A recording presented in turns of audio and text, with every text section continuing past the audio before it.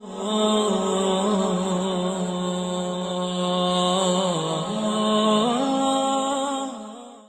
سے گزارش ہے کہ حدیثوں کو مکمل سنیے گا، کیونکہ یہ نیک کام آپ کے ساتھ آپ کی قبر میں جائے گا۔ ہم 2 یا 3 گھنٹے کی مووی دیکھ سکتے ہیں، کیا ہم صرف 10 منٹ اپنے اللہ اور نبی صلی اللہ علیہ وسلم کو نہیں دے سکتے؟ ہدایت القاری شرح صحیح البخاری جلد نمبر 1 حدیث نمبر 122۔ اعوذ باللہ من الشیطان الرجیم، بسم اللہ الرحمن الرحیم۔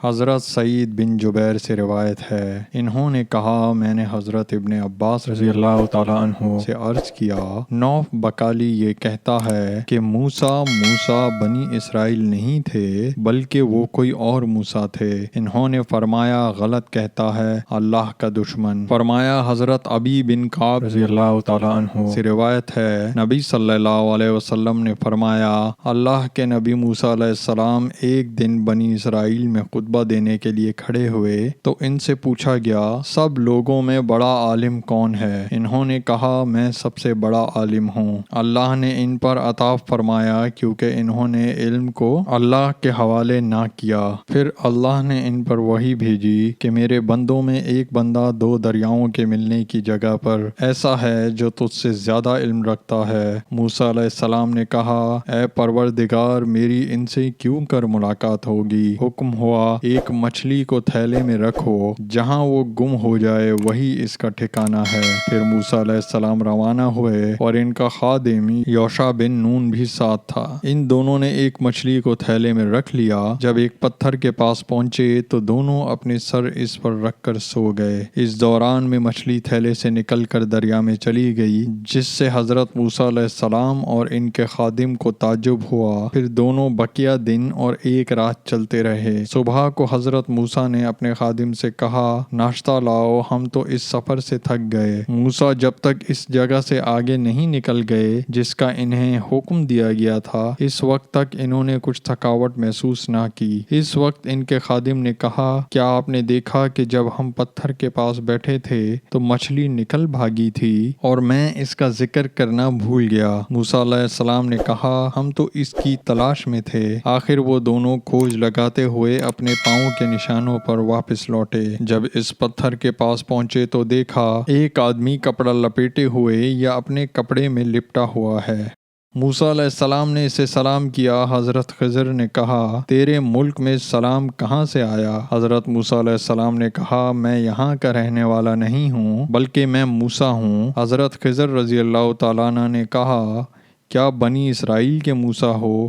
انہوں نے کہا، ہاں۔ پھر حضرت موسیٰ علیہ السلام نے کہا، کیا میں اس امید پر تمہارے ہمراہ ہو جاؤں جو کچھ ہدایت کی تمہیں تعلیم دی گئی ہے وہ مجھے بھی سکھا دو؟ خضر علیہ السلام نے کہا، تم میرے ساتھ رہ کر صبر نہیں کر سکو گے موسیٰ۔ بات دراصل یہ ہے کہ اللہ تعالیٰ نے ایک قسم کا علم مجھے دیا ہے جو تمہارے پاس نہیں ہے، اور تم کو ایک قسم کا علم دیا ہے جو میرے پاس نہیں ہے۔ حضرت موسیٰ علیہ السلام نے کہا، انشاءاللہ تم مجھے صابر پاؤ گے اور میں کسی کام میں آپ کی نافرمانی نہیں کروں گا۔ پھر وہ دونوں سمندر کے کنارے چلے۔ ان کے پاس کوئی کشتی نہ تھی۔ اتنے میں ایک کشتی گزری۔ انہوں نے کشتی والوں سے کہا، ہمیں سوار کر لو۔ حضرت خضر علیہ السلام پہچان لیے گئے، اس لیے کشتی والوں نے بغیر اجرت کے بٹھا لیا۔ اتنے میں ایک چڑیا آئی اور کشتی کے کنارے بیٹھ کر اس نے سمندر میں 1-2 چونچیں ماری۔ حضرت خضر علیہ السلام گویا ہوئے، اے موسیٰ، میرے اور تمہارے علم نے اللہ کے علم سے صرف چڑیا کی چونچ کی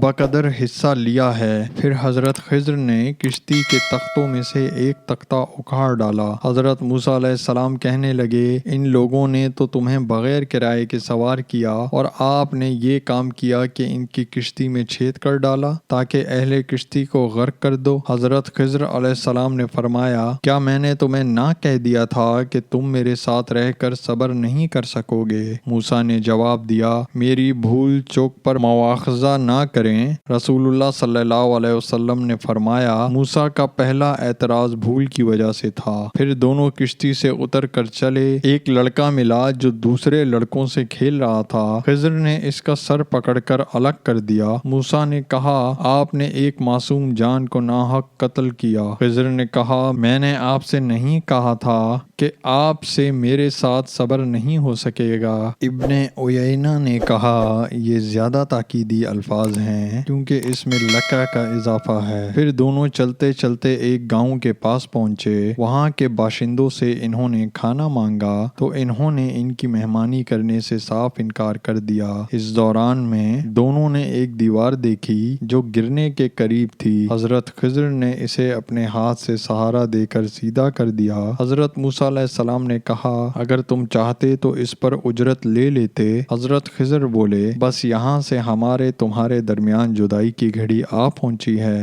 نبی صلی اللہ علیہ وسلم نے فرمایا، اللہ تعالیٰ موسیٰ علیہ السلام پر رحم فرمائے۔ ہم چاہتے تھے کاش موسیٰ صبر کرتے تو ان کے اور حالات بھی ہم سے بیان کیے جاتے۔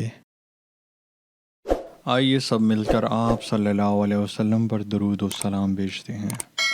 اعوذ باللہ من الشیطان الرجیم، بسم اللہ الرحمن الرحیم۔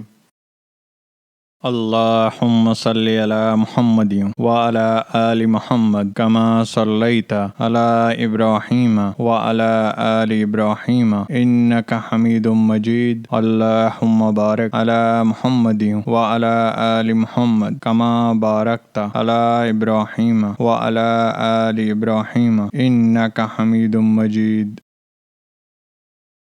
آئیے سب مل کر اللہ کی تعریف کرتے ہیں۔ سبحان اللہ والحمد للہ ولا الہ الا اللہ واللہ اکبر۔ آئیے اللہ سے مغفرت، رحم اور رزق مانگتے ہیں۔ اللہم اغفر لی، اللہم ارحمنی، اللہم ارزقنی۔ جب آپ کہتے ہیں اللہم اغفر لی، اللہ تعالیٰ فرماتے ہیں، میں نے تمہاری مغفرت کی۔ جب آپ کہتے ہیں اللہم ارحمنی تو اللہ تعالیٰ فرماتے ہیں، میں نے تم پر رحم کیا۔ جب آپ کہتے ہیں اللہم ارزقنی تو اللہ تعالیٰ فرماتے ہیں، میں نے تمہیں رزق دینے کا فیصلہ کیا۔